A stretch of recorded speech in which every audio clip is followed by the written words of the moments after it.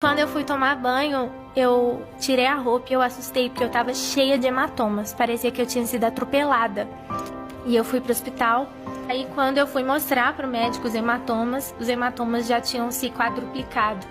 E eles nasciam hematomas na frente dos médicos. E o médico nunca tinha visto aquilo. E aí ele, só um minuto que eu vou chamar outro médico. E aí veio esse médico, ele, só um minuto que eu vou chamar outro médico. E começou a chamar um, outro, até que já tinham vindo 15 médicos. E nenhum dos médicos sabiam o que eu tinha. E começaram a me dar remédio na veia, começaram a querer me internar e tudo. E ninguém sabia o que estava acontecendo. E aí tiraram meu sangue e uma das possibilidades é que eu estivesse com leucemia. A gente já tinha procurado os melhores médicos do Brasil. E você sentar na frente de um dos melhores. E ele falou assim, olha, tem coisas que a medicina não é capaz de explicar. Tem doenças que a gente não entende. E o que a gente entendeu, a gente fez os exames mais tops, os mais avançados. E tudo consta como inconclusivo. Tem doenças que a medicina ainda não sabe que existe. E a gente não consegue explicar o que a filha de vocês tem. O Senhor me deu uma visão. E nessa visão eu via o meu irmão pequenininho no consultório de um médico.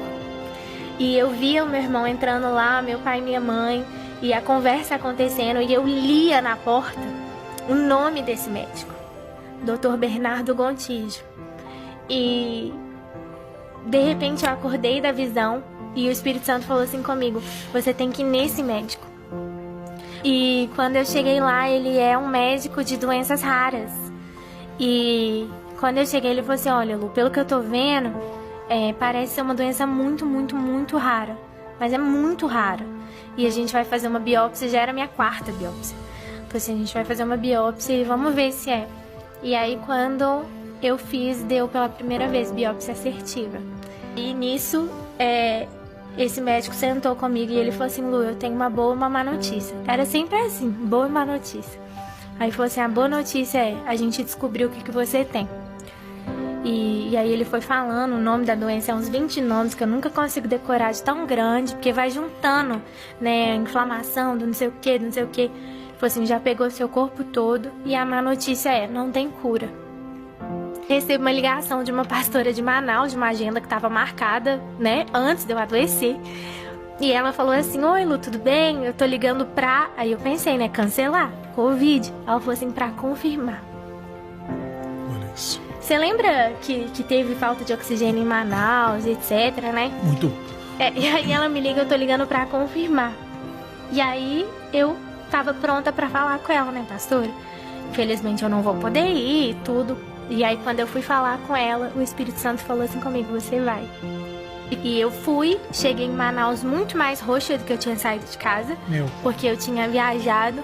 Eu fui com um dos meus músicos que diz ele que não lembra nada da viagem, porque ele só orava pra eu ir e voltar viva. E quando eu cheguei, essa é a parte mais linda. Quando eu cheguei, tinha uma salinha, sala pastoral, assim, né? O pessoal chama de sala VIP, mas eu não gosto desse termo. Aí tinha a sala ali e quando eu entrei, tinha um cara tomando soro na veia. O que eu achei que era soro na veia. E uma enfermeira. E eu falei assim, o senhor passou mal? E esse cara virou e falou assim, não, eu não passei mal, não. Eu tô fazendo minha última sessão de quimioterapia. Eu falei, quê? Ele falou assim, eu não quis deixar de vir. E eu tenho um câncer terminal. Eu tenho um câncer de 11 centímetros. E eu vim pra cá e eu tô fazendo minha última sessão de quimio. E quando ele falou isso, eu esqueci que eu tava doente. E eu saí correndo, eu ajoelhei nos pés dele e eu comecei a orar. Eu saí correndo, eu falei assim, você tá curado, você crê? Aí ele, amém. E eu saí correndo e fui ministrar. E quase 99,9% dos congressos eu faço o louvor e a pregação, mas nesse era só o louvor. E quando terminou a minha ministração, eles falam, com vocês o pastor da noite.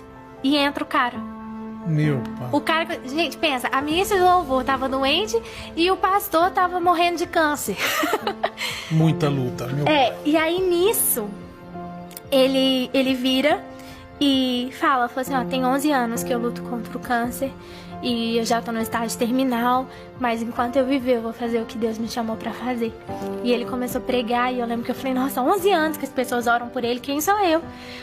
E saímos de lá, eu voltei, né, pro lugar onde eu tava, e quando eu fui tomar banho, assim como no começo desse testemunho, eu tirei a roupa e eu não tinha mais nenhum hematoma. Enquanto eu orava para que outra pessoa fosse curada, Deus me curou. E o mais lindo, pastor, é que quando eu voltei, eu liguei pro meu médico, eu falei assim, doutor, eu fui curada. E ele falou assim, olha, não tem como, você tá tomando seus antidepressivos? Ele tinha me dado pra eu entender a situação. Eu falei, não tô, porque eu não tô precisando disso. E eu não sou contra quem toma, não mesmo, mas eu tava tranquila com a situação. Eu falei assim, eu fui curada. Ele falou, não tem jeito de você ter sido curada, isso é uma doença que não tem cura. Eu falei, quando eu voltar, você vai me ver, eu fui curada. E quando eu voltei, ele e os 15 médicos atestaram que eu fui a primeira pessoa a ser curada dessa doença. E eles falam, né, que doenças que são autoimunes, como a que eu tive, elas não podem ser consideradas cura antes de 5 anos. Sim. Elas precisam ser chamadas de remissão.